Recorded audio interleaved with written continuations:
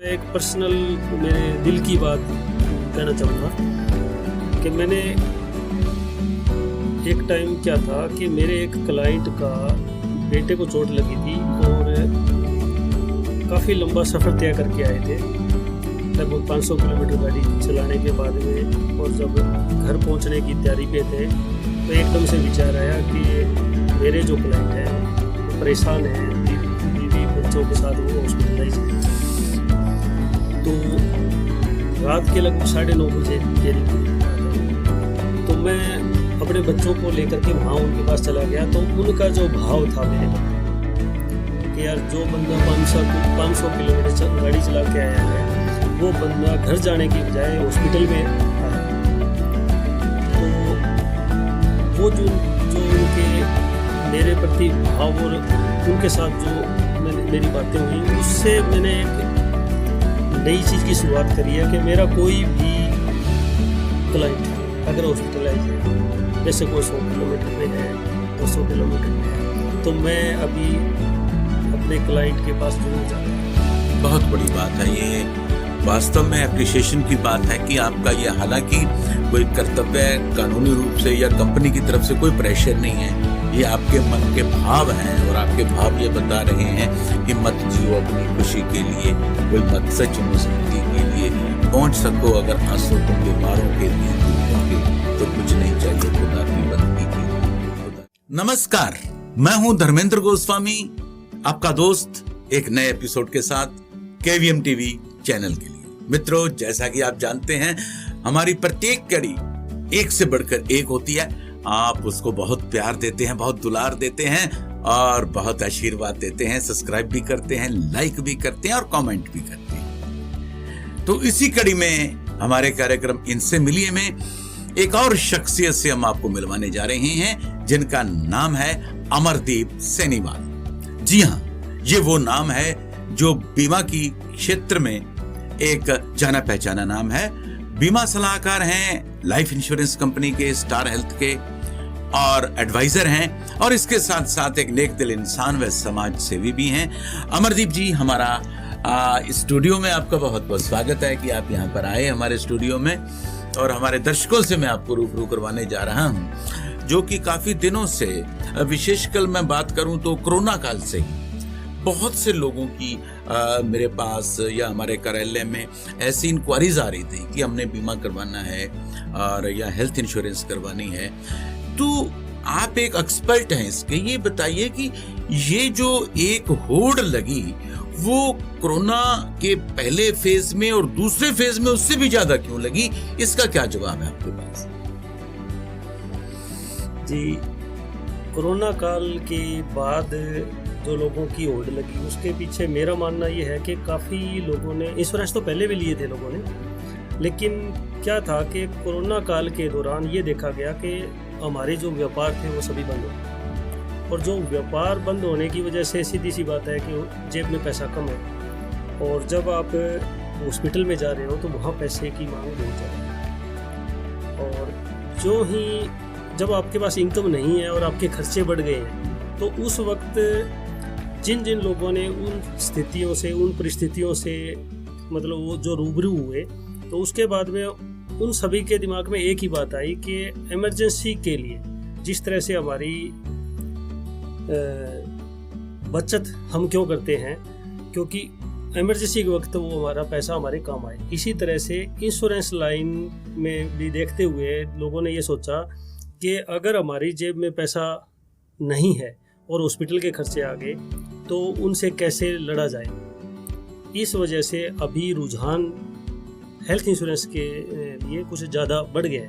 पहले अगर यूं कहें कि इंसान को मुसीबत के वक्त दो लड़ाइयाँ इकट्ठी लड़नी पड़ती है, एक तो किसी की जान का खतरा बन जाता है और दूसरा उसके पास पैसा नहीं होता, तो ऐसी स्थिति में जो भी बीमा कंपनीज हैं या जो आपके पास हैं, आपके पास किसी ने पॉलिसी ले रखी है तो आप उसकी कैसे मदद करते हैं? मदद में तो हम उनकी मदद इस प्रकार कर सकते हैं या करते हैं कि जब भी कोई हमारा जो पॉलिसी धारक होता है, जब उसको कोई किसी प्रकार की दिक्कत आती है तो वो हमसे कॉल करता है कि जी ऐसे करके मेरे परिवार के किसी एक मेंबर को दिक्कत आ गई है और अब हम किस हॉस्पिटल में जाएं या तो किस डॉक्टर से सलाह लें। तो हम उसमें एक ये करते हैं कि उनको एक जो उस एरिए का जो बढ़िया हॉस्पिटल जो हमारे कंपनी के साथ टाई अप होता है तो उसके बारे में सुझाव देते हैं।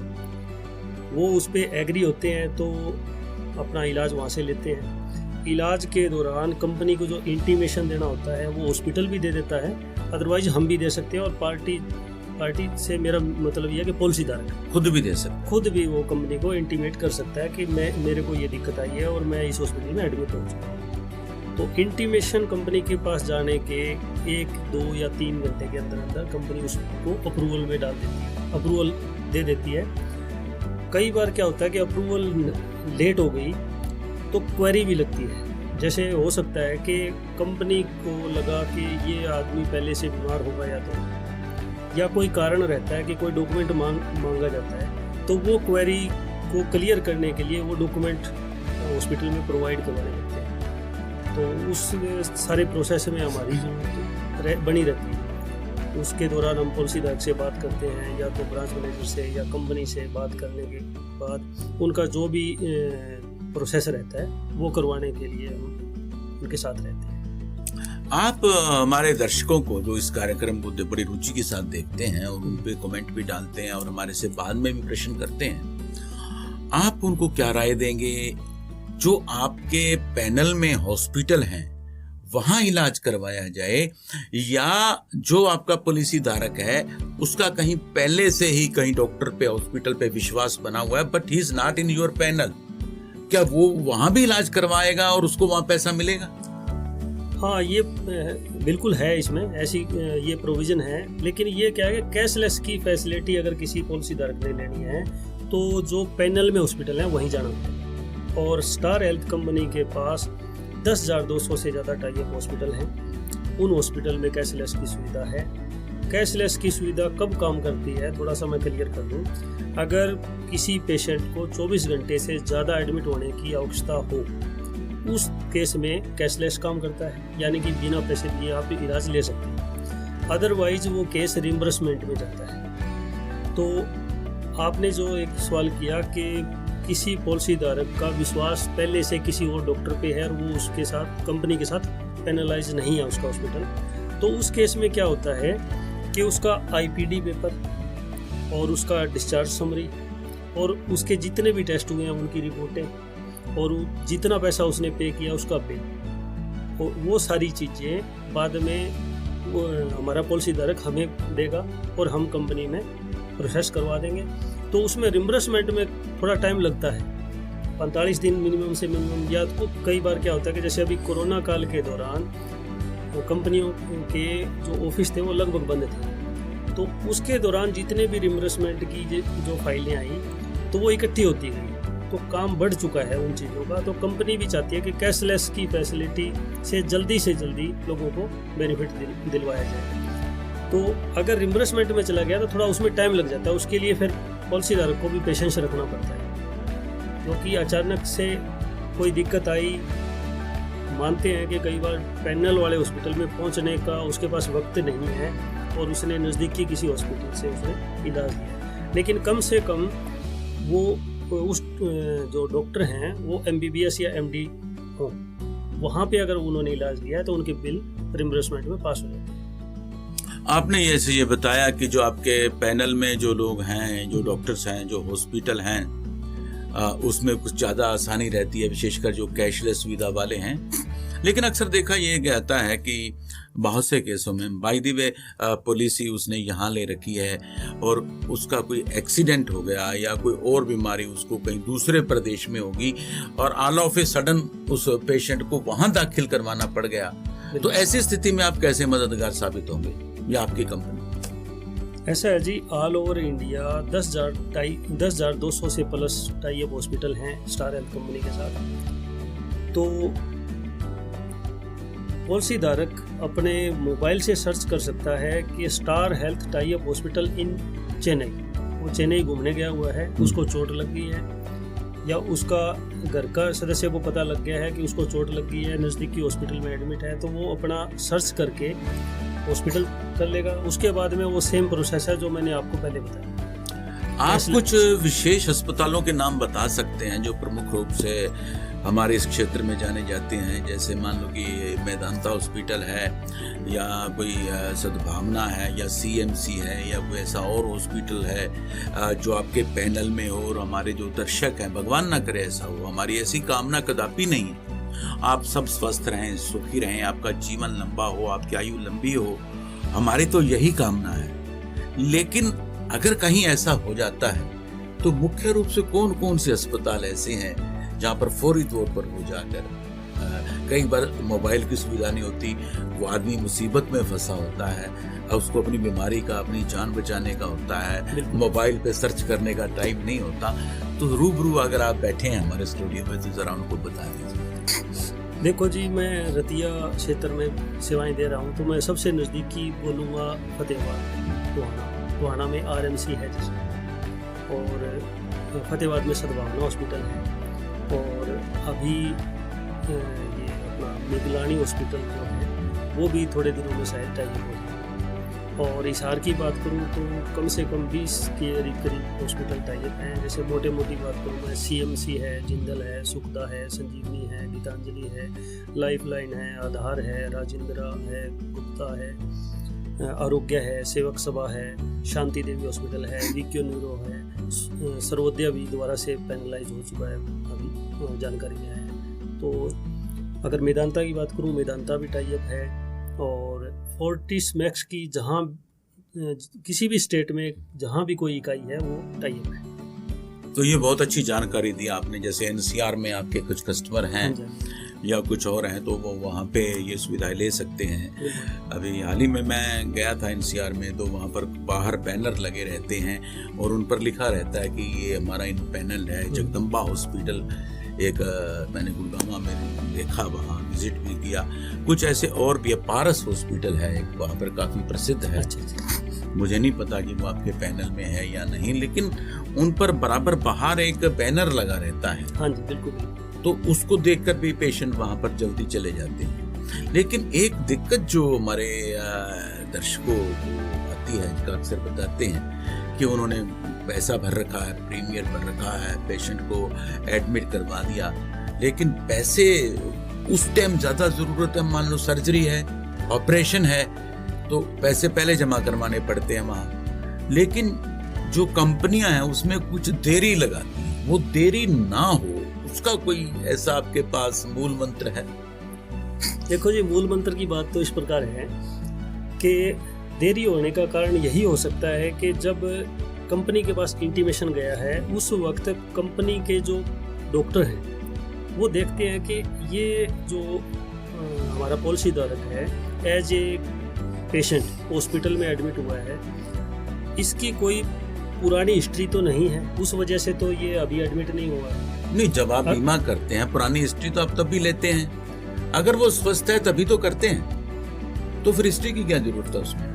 नहीं, देखो जी, मैं उसमें एक छोटी सी बात क्लियर कर देता हूँ। जैसे कोई भी जो हेल्थ इंश्योरेंस कंपनी है, उसका एक रूल होता है कि चोट की वजह से अगर हॉस्पिटलाइज हुआ है तो वो 24 घंटे, पॉलिसी लेने के 24 घंटे बाद में चोट कवर हो जाती है, पूरा समय शोट तक आप उसका क्लेम ले सकते हैं। अचानक आने वाली बीमारियां 30 दिन के बाद में कवर होती है। जैसे हार्ट की कोई दिक्कत है, अपेंडिक्स है, फर्स्ट टाइम कैंसर डिटेक्ट हुआ है, या वायरल कोई भी बुखार है, मलेरिया, डेंगू, चिकनगुनिया, या तो अभी कोरोना भी 30 दिन के बाद में कवर में रहता है। ठीक है जी। उसके बाद में कुछ बीमारियां ऐसी हैं, जैसे बचपन में वो बीमारियां शरीर में नहीं होती, लेकिन बढ़ती उम्र के साथ शरीर के अंदर पनपने लगती है। जैसे पथरी है, हार्निया, गदूद, लेडी में बच्चेदानी की समस्या, आँख, नाक, गले की सर्जरी, रीढ़ की हड्डी की सर्जरी, थायराइड की सर्जरी,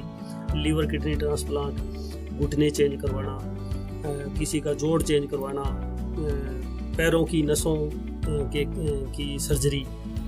तो इस प्रकार की 20-21 बीमारियां होती हैं जो कंपनी 2 साल, पॉलिसी अगर आपकी 2 साल चल चुकी है तो उसके बाद में अगर कोई सर्जरी बनती है तो कंपनी पेमेंट करती है। लेकिन अगर उससे पहले अगर वो बीमारियां आ गई तो कंपनी उसमें क्लेम नहीं देती। और मोस्टली मैंने देखा है कि ये बातें क्लियर ना होने की वजह से कई बार ग्राहक जो है वो परेशान होता है कि या तो एजेंट ने वो चीज़ें क्लियर नहीं की। सपोज करो दूसरे साल का प्रीमियम दे रखा है किसी ने और उसको पथरी की दिक्कत आ गई और वो अब हॉस्पिटल में जाता है, वो ये सोचता है कि उसने पॉलिसी ले रखी है, अब मेरा कोई भी पैसा लगेगा नहीं। लेकिन वहाँ जाने पे उसको बताया जाता है कि ये चीज़ें तो 2 साल बाद में करो, तब उसका मन खराब होता है। बिल्कुल, एक चोट पहले लगी होती है और चोट पर चोट और लगती है, तो उसके दिमाग में यही आता है कि ये कंपनियां ना बेवकूफ़ बना रही हैं, ये एजेंट तो बेवकूफ़ बना रहे हैं, कंपनियां भी बेवकूफ़ बना रही हैं, हमें पहले बताया नहीं जाता और बाद में फिर ये दिक्कतें आती हैं। उसके बाद में एक बिल्कुल लास्ट वाली बात, जो मेरे ख्याल में चौथी बात को कोई बताता नहीं हो जाती। अगर आप पहले से बीमार हो या जैसे किसी को चोट लगी और उसके पैर में रॉड डली हुई है और आज वो पॉलिसी ले रहा है, तो वो उसको मेंशन करनी चाहिए। पथरी का जैसे आपने जिक्र किया, पथरी का पता नहीं है पेशेंट को, बिल्कुल, और उसको दर्द हुआ पॉलिसी लेने के 1 महीने के बाद और वो अनभिज्ञ है इस बात को लेकर। दर्द में डॉक्टर ने अल्ट्रासाउंड किया या कुछ और टेस्ट किए तो उसमें पथरी निकल आई, बोला जी फौरी तौर पे ऑपरेशन करना पड़ेगा। पेशेंट का उसमें कोई कसूर नहीं है क्योंकि वो अनभिज्ञ था। अचानक वो पथरी निकालनी है, चाहे वो पित्ते में है या गल ब्लैडर में है, कहीं भी है, तो कंपनी का ये एक नैतिक फर्ज नहीं बनता कि वो उसको कुछ उस फौरी तौर पे कुछ राहत दे, अंतरिम राहत दे कुछ। देखो जी, कंपनी का नैतिक कर्तव्य की अगर बात करें तो अगर किसी को भी क्लेम मिल रहा है आज, तो वो नैतिकता की वजह से नहीं, हम सबके प्रीमियम में से इकट्ठा किया गए पैसे से क्लेम मिल रहा है। ठीक है जी। दूसरी बात, जब पॉलिसी एक्सप्लेन की जा रही है उस वक्त इस चीज को अगर ग्राहक नहीं चाहता, वो चाहता है कि नहीं जी मेरा तो अभी कवर होना चाहिए, उसके लिए अगर पॉलिसी नहीं है तो वो उसको मना कर सकते हैं। नहीं, आप ज्यादा प्रीमियर लेके पुरानी बीमारी को कवर कर सकते हैं। वो मैं आपको हाँ बिल्कुल एक्सप्लेन करूंगा। वो दिक्कत क्या है, सिर्फ पथरी के लिए ऐसा कुछ प्रोविजन नहीं, मैं इसमें डायबिटिक जोड़ना चाहूंगा, कुछ और बीमारियां हैं, हार्ट डिजीज है, किसी को बीपी की डिजीज रहती है, तो ऐसे लोग अगर आपको पहले बताते हैं या किसी भी बीमा एजेंट को पहले बताते हैं कि हम we are suffering from this disease, तो उनके लिए क्या प्रावधान है? कुछ प्रीमियर ज्यादा लेकर उनको आप 1-2 महीने में कवर कर सकते हैं उनकी बीमारियां। बिल्कुल। डायबिटिक अगर मैं आपसे बात करूं तो इसके लिए ना डायबिटिक सेफ करके हमारी एक पॉलिसी है। अगर किसी आदमी के वो ऑलरेडी पहले से ही शुगर का वो रोगी है और वो सिर्फ सिंपल पॉलिसी लेना चाहता है, तो हम उसकी वो शुगर से रिलेटेड कोई भी इश्यू अगर उसको आता है तो हम उसको 4 साल के बाद में ही कवर करेंगे। अब उसका कहना है कि नहीं जी मैं 4 साल इंतजार नहीं कर सकता, मेरा क्या पता है कि कल किसी जैसे मान लो कोई पैरों में झंझनाहट शुरू हो जाती है या कुछ भी, या आंखों में इफेक्ट आ गया, तो भाई मेरे को तो पहले अगर क्लेम की जरूरत पड़ गई तो ऐसा कोई प्रोविजन है तो मेरे को मैं 4 साल इंतजार नहीं करने वाला। तो उस केस में उसके लिए डायबिटिक सेफ करके पॉलिसी है। उस पॉलिसी में भी 2 ऑप्शन है, एक विद मेडिकल और एक विदाउट मेडिकल ऑप्शन में वो बंदा जा सकता है। विद मेडिकल में क्या होता है कि टीएमटी यानी कि उसको जो दौड़ना पड़ेगा उसके ऊपर, सांस तो नहीं चलता। हाँ, उसको उसमें उसके टेस्ट हो जाएंगे तो क्या होगा कि अगर उसमें कोई अन्य बीमारी नहीं निकली तो उसको पॉलिसी दे दी जाएगी और 90 दिन बाद में हम उसको डायबिटिक इश्यू के साथ कवर कर लेंगे। लेकिन अगर वो बोलता है कि देखो जी मेरा शरीर भारी हो चुका है, उम्र भी ज़्यादा है, मैं टीएमटी के लिए नहीं कर सकता, तो वो नॉन मेडिकल पे जा सकता है कि मैं कुछ पैसा फालतू दे दूंगा लेकिन नॉन मेडिकल बेस पे मैं पॉलिसी लेना चाहता हूँ। तो उस केस में क्या रहेगा कि 15 महीने बाद में अगर डायबिटिक की वजह से इश्यू आया है तो हम कवर कर लेंगे, लेकिन 15 महीने तक उसको इंतजार करना पड़ेगा। प्रीमियर जो है वो उसका बढ़ के लोगे आप नॉन मेडिकल में बढ़ के लेंगे और मेडिकल में कम लेंगे, और अगर सामान्य पॉलिसी लेता है तो और कम लेंगे। 3 तरह के आपके चरण है, फेज हैं। सामान्य पॉलिसी में क्या रहता है जी, फ्लोटर पॉलिसी भी है और इंडिविजुअल पॉलिसी भी है। एक प्रश्न जो और हमारे दर्शकों का हमारे पास अक्सर आता है, हमें व्हाट्सएप पर भी और वैसे भी हमारे सोशल मीडिया के माध्यम से हमारे से पूछते हैं, हमारे समाचार पत्र गोस्वामी एक्सप्रेस के माध्यम से पूछते हैं कि हमने कहीं और से पॉलिसी ले रखी है, प्रीमियर वहां भर रहे हैं और अब हम उसको पोर्ट कराना चाहते हैं। मान लो किसी ने किसी और से ली, कहीं एनसीआर में ली और वो अब स्टार हेल्थ में पोर्ट कराना चाहता है। जैसे आजकल मोबाइल का जमाना है, ऐसे हो जाता है। तो ऐसा सिस्टम बीमा पॉलिसी में, बीमा बाजार में भी कुछ ऐसा है? हाँ बिल्कुल ऐसा है कि हेल्थ सेगमेंट के अंदर ये चीज़ें हैं। आप किसी एक कंपनी को छोड़ के दूसरी कंपनी में पोर्ट करवा सकते हो। आपको लगता है कि ये कंपनी मेरे को अच्छी सर्विस नहीं दे रही, तो आप दूसरी कंपनी में अपनी पॉलिसी को पोर्ट करवा सकते हो। लेकिन उसमें दो चीज़ें रहती हैं। जो वेटिंग पीरियड की मैंने बात करी थी 2 साल का, वो तो मान्य रहता है। जैसे सपोज करो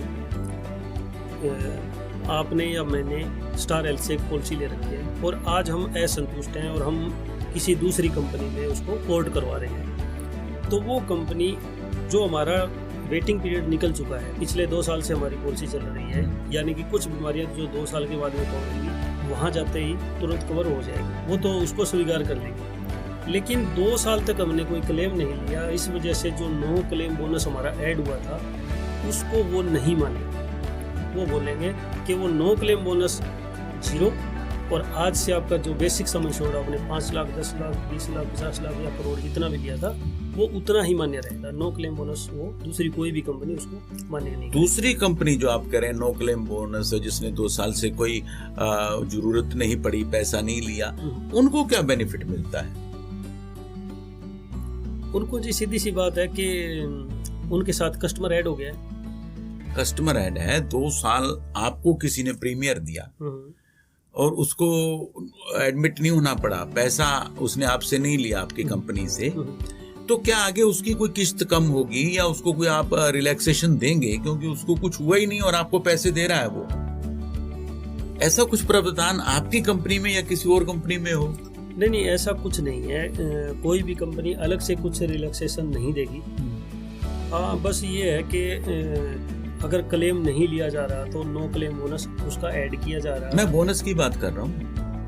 नो क्लेम बोनस तो ऐड हो ही गया। वो क्या होता है? वो ये है कि जैसे देख, एक नॉर्मल सी बात करूँ कि अगर आपने 10 लाख सम इंश्योर्ड की पॉलिसी ली और 1 साल तक आपने कोई क्लेम नहीं लिया, तो अगले साल कंपनी क्या कहेगी कि आपका जो 25% नो क्लेम बोनस इसमें हम ऐड कर देते हैं, यानी कि अगले साल जो भी क्लेम आएगा वो अगर 12.5 लाख रुपए तक भी खर्चा आता है तो हम पे करेंगे। तो एक तरह से आपको अपने सम इंश्योर्ड का चौथा हिस्सा एज ए गिफ्ट मान लो, या ये बोल दो कि जो आपने प्रीमियम दिया है उसके अगेंस्ट आपको वो, क्योंकि आपने क्लेम नहीं लिया इस वजह से वो बढ़ा दिया, उसकी राशि बढ़ा दी। प्रीमियम उतना ही रहेगा और उतना ही नहीं रहेगा। एक बात और भी उसमें क्लियर करना चाहूँगा कि इसमें एज स्लैब बने होते हैं, 0 से 35 साल, उसके बाद में 35 से 45 साल, फिर 46 से 50, 51 से 55, 56 से 60, 61 से 65, 66 से 70। इस तरह से हर 5 साल बाद में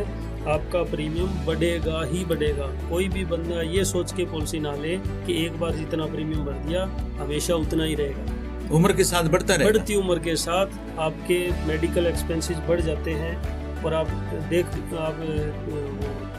पीछे का एनालाइज करके देखो कि सन 2010 में अगर कोई हार्ट सर्जरी हो रही होगी या कोई और सर्जरी हो रही होगी तो आज कितने में हो रही है, यानी कि जो खर्चे बढ़ रहे हैं वो हमारे ही प्रीमियम में से ही तो सेट होने हैं, क्योंकि जो इलाज 2 लाख में हो रहा था आज 4 लाख में हो रहा है। अब प्रीमियम वही देते रहेंगे, कंपनी कहाँ से देगी? कोई भी कंपनी है, मैं अकेली स्टार हेल्थ की बात नहीं करूँगा, कोई भी जो अगर वो कंपनी है वो पैसा देगी कहाँ से? देगी तो प्रीमियम में से ही ना। तो जो खर्चे बढ़ेंगे तो किस पे डलेंगे? आज जो एक ट्रेंड चला है, जब से ये सोशल मीडिया आया है, ऑनलाइन स्कीमें आई हैं, पॉलिसी बाजार आए हैं, तो अधिकांश विशेषकर जो युवा हैं, यंग ब्लड लोग हैं, पढ़े लिखे बच्चे हैं, वो सीधी पॉलिसी खरीद लेते हैं बाजार से, ऑनलाइन किसी तरीके से सोशल मीडिया, और पैसे भी वो ट्रांसफर करवा देते हैं। और दूसरी तरफ एक आप जैसे लोग हैं, आपके थ्रू बीमा करवाया जाता है, तो उनमें क्या डिफरेंस है? क्या आप महसूस करते हैं उस पॉलिसी में बाजार में से या आप जैसे लोगों से पॉलिसी लेने में क्या फर्क है? देखो जी, उसमें जो मेरा पर्सनल मानना है वो ये है कि जो आज युवा पढ़ लिख करके उनको ये समझ आ गई है कि क्लेम किस तरह से लिया जा सकता है, उसके लिए क्या क्या एफर्ट्स लगेंगे, अगर उसको सब नॉलेज है तो वो ऑनलाइन भी पॉलिसी ले ले, कोई उसमें दो राय नहीं। प्रीमियम तो उतना ही देना है, वहाँ भी उतना ही देना है, और ऑफलाइन पॉलिसी में भी उतना ही। बस उसमें ये रहता है कि उस वक्त वो बंदा एक्टिव है तो क्लेम ले लेगा। और अगर जैसे काफ़ी हमारे समाज में हम देखते हैं कि उनको अगर किसी कंपनी की तरफ से कॉल भी आ जाए तो कॉल अटेंड करने में भी दिक्कत महसूस करते हैं, तो उस वक्त उनका जो एजेंट एक वकील की तरह उनका हेल्प करने के लिए उसके साथ खड़ा रहता है। जैसे मैं मेरी बात करूं तो अगर एक ऑनलाइन पॉलिसी, एक पॉलिसी धारक ने ऑनलाइन पॉलिसी ले रखी है और एक ने मेरे से ले रखी है, तो क्या करेगा वो?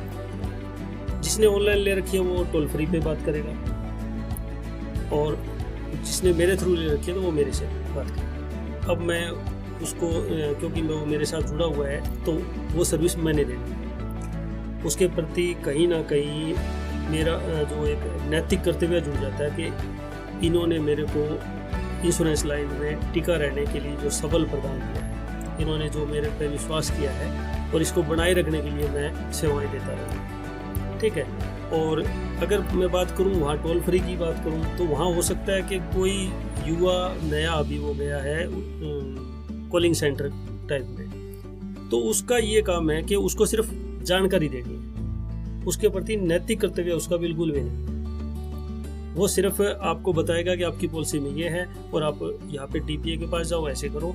अब उसके पास दोबारा से कॉल करोगे तो सेम बंदा भी आपको मिलेगा नहीं। आपने क्या बात करी थी वो सारी की सारी बातें फिर बाद में आप किसी और को दोबारा रिपीट करोगे। तीसरी बार जरूरत पड़ी फिर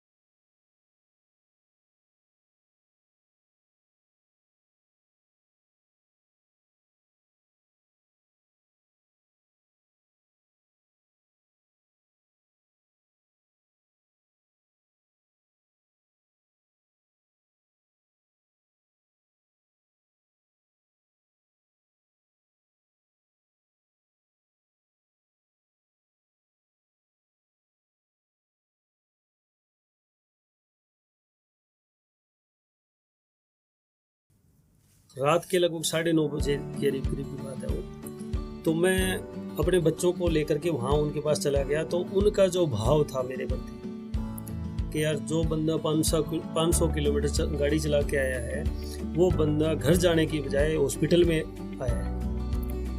तो वो जो उनके मेरे प्रति भाव और उनके साथ जो मेरी बातें हुई, उससे मैंने एक नई चीज़ की शुरुआत करी है कि मेरा कोई भी क्लाइंट अगर हॉस्पिटलाइज है, वैसे वो 100 किलोमीटर पे है, 200 किलोमीटर पे है, तो मैं अभी अपने क्लाइंट के पास जरूर जाता हूँ। बहुत बड़ी बात है ये, वास्तव में एप्रिसिएशन की बात है कि आपका ये, हालांकि कोई कर्तव्य कानूनी रूप से या कंपनी की तरफ से कोई प्रेशर नहीं है, ये आपके मन के भाव हैं और आपके भाव ये बता रहे हैं कि मत जियो अपनी खुशी के लिए, कोई मकसद चुनो जिंदगी के लिए, पहुंच सको अगर आंसू तुम बीमारों के, दीन दुखियों के, तो कुछ नहीं चाहिए खुदा की बंदगी के लिए, खुदा की बंदगी के लिए। बहुत खूब बताया आपने अमरदीप जी, आपने अपने नाम को भी सार्थक किया है, उस दीप को अमर किया है जो परमात्मा ने हमें एक ये सेवा करने का मौका दिया, ये जीवन दिया, उसको आप सार्थक कर रहे हैं अपने नाम के साथ साथ, उस काम को भी सार्थक कर रहे हैं। और जो कुछ लोग ऐसे हैं, युवा हैं, तो ये चाहते हैं कि वो इंश्योरेंस फील्ड में आकर काम करें, क्योंकि ये केवल, मैं जो मानता हूँ, ये केवल एक प्रोफेशन नहीं है, एक पैशन नहीं है, ये एक समाज सेवा का भी एक तरीका है। जैसे मैं अक्सर कहता हूँ कि मीडिया जो है वो केवल खबरें छापने के लिए नहीं है, सेवा का माध्यम भी है और हम कर भी रहे हैं। तो आप क्या मानते हैं कि ये एक व्यवसाय के साथ साथ समाज सेवा कैसे है, और उन लोगों को, उन बच्चों को, उन युवाओं को क्या संदेश देना चाहेंगे जो इस फील्ड में आना चाहते हैं? जो युवा इस फील्ड में आना चाहता है, मैं उसका मतलब हृदय की गहराइयों से स्वागत करना चाहूँगा। पहले तो कारण ये है कि मैंने इस प्रोफेशन को पैशनेट होके जिया है। जो भी दोस्त इस प्रोफेशन में आना चाहता है, मेरे ख्याल में इससे समाज सेवा का इससे बड़ा कोई प्रोफेशन में मैं नहीं मानता। कारण ये है कि देखो, एक तो आप चलो कोई भी बिजनेस करो, कोई भी धंधा करो, आप अपना रोजगार चलाते हो, आप अपना परिवार पालने के लिए चीज़ें करते हो, वो तो हर किसी में होगी हो। लेकिन मैंने जब किसी आदमी को आर्थिक सहायता जिस वक्त हो रही होती है, या जो तकलीफ के क्षण हैं जब वो हॉस्पिटलाइज है, उसके पास अगर एक इंश्योरेंस एजेंट खड़ा होता है जो वहाँ से आशीष निकल के आती है, वो आशीष कमाने वाला मैंने और कोई बिजनेस जल्दी से देखा है। असली अगर बात करूं तो इसमें आप दुआएं भी कमाते हो, पैसा भी कमाते हो, नाम भी कमाते हो, और मेरे ख्याल में असली समाज सेवा इंश्योरेंस लाइन है। बहुत अच्छी बात कही आपने, और मैंने तो आपकी इस बात को कई लोगों से सुना भी और कहा भी उन्होंने कि हम वहाँ दाखिल थे, कोई जयपुर था, कोई अमृतसर था, भी अमरदीप वहाँ पर हमारा पता लेने पहुंचे, पता ही नहीं, वहाँ मदद भी की। और यहाँ एक कड़े आप समाज सेवी हैं, मैं भी समाज सेवा से जुड़ा हूँ। एक अभियान हमने शुरू किया है सोशल मीडिया के माध्यम से, उसको और आगे बढ़ाने का प्रयास कर रहे हैं कि पहले एक ज़माना था जब शादी ब्याह होते थे तो आदमी की आर्थिक दशा इतनी अच्छी नहीं होती थी कि बेटी का बेटे का विवाह कर सके, लाख 2 लाख 5 लाख खर्च कर सके, तो हम 100 200 500 रुपए शगुन उसको देते थे और उसका गुजारा हो जाता था। लेकिन अब लाइटिंग पे और डेकोरेशन पे लाखों रुपया लग जाता है, कैटरिंग पे लाखों लगता है, उसको ज़रूरत नहीं है इसका मतलब। तो क्यों ना वो एक परंपरा को बदला जाए, क्योंकि आप भी समाज सेवी और मैं भी समाज सेवा से जुड़ा हूँ, और हमारा चैनल भी समाज सेवा के लिए, मोटिवेशन के लिए है। K for knowledge, B for the work और एम फॉर मोटिवेशन। तो मोटिवेशन मैं ये देना चाहूँगा आपके माध्यम से कि जितने भी पेशेंट, भले ही वो उन्होंने बीमा नहीं करवाया, कोई भी उनका पता लेने जाता है तो शादी ब्याह में लिफाफा मत लेके जाइए, लेकिन अगर आप किसी पेशेंट का पता करने जा रहे हैं तो वो लिफाफा चाहे 500 का हो, 1000 का हो, 2000 का हो या 10,000, जैसे आपकी गुंजाइश हो, वो चुपके से उसके तकिए के नीचे रखेंगे। इससे बड़ी मेरे ख्याल से कोई मदद उससे हो नहीं सकती।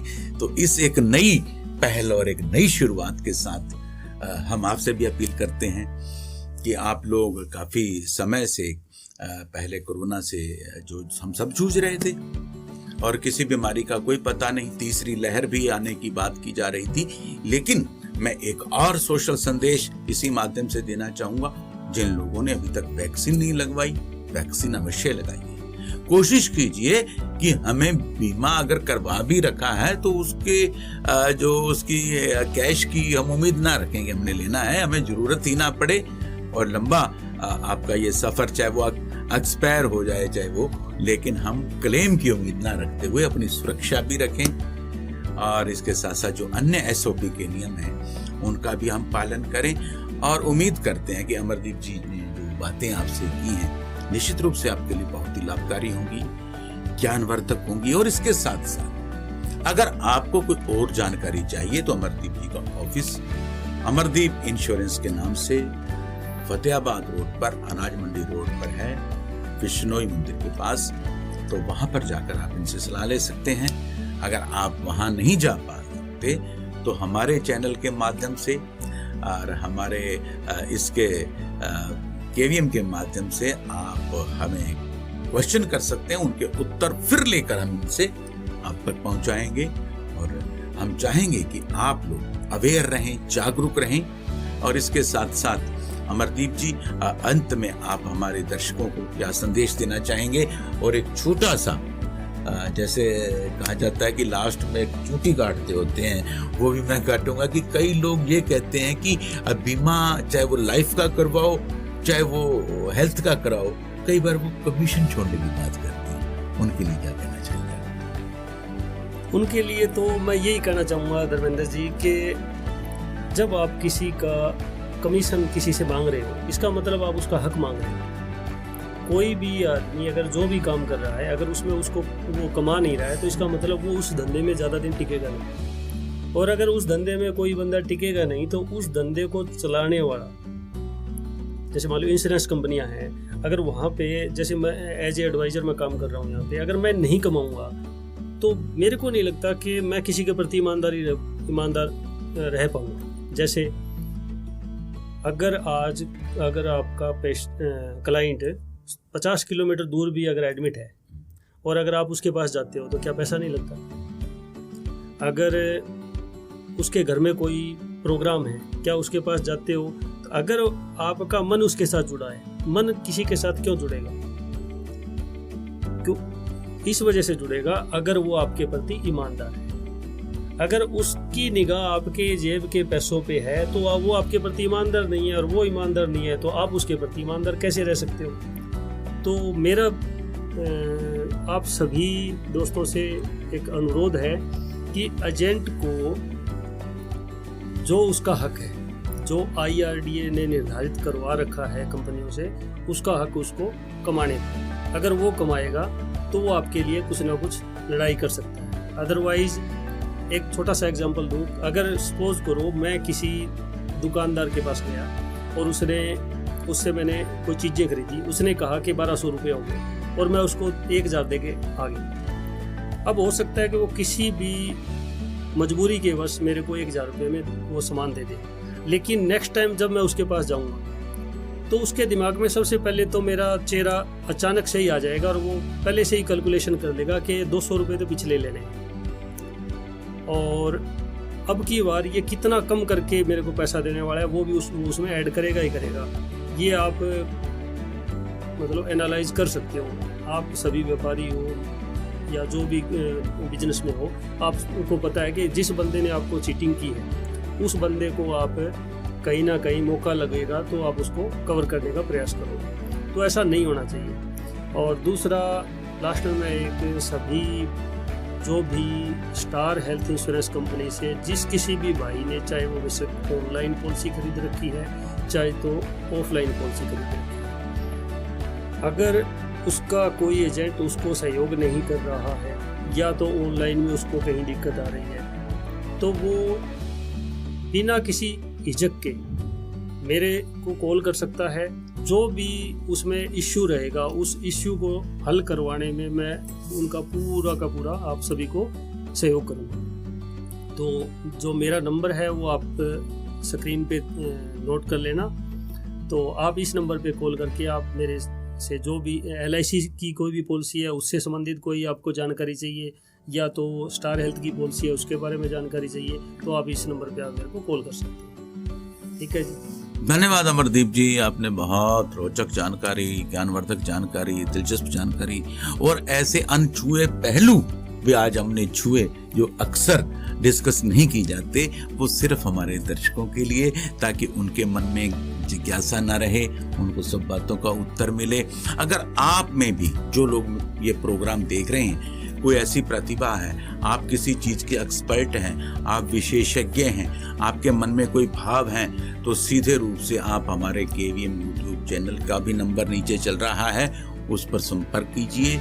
जैसे अमरदीप जी को यहाँ आमंत्रित किया गया है, आपको भी अवश्य आमंत्रित किया जाएगा और आपके विचारों से लोगों को अवगत कराया जाएगा। और सोशल मीडिया के साथ साथ अन्य माध्यमों से भी आपकी जानकारी को, आपके ज्ञान को या आपकी उपलब्धियों को लोगों तक पहुंचाने का हम प्रयास करेंगे। इन्हीं शब्दों के साथ मैं धर्मेंद्र गोस्वामी अमरदीप जी का धन्यवाद करता हूं कि उन्होंने समय निकाला और हमारे स्टूडियो में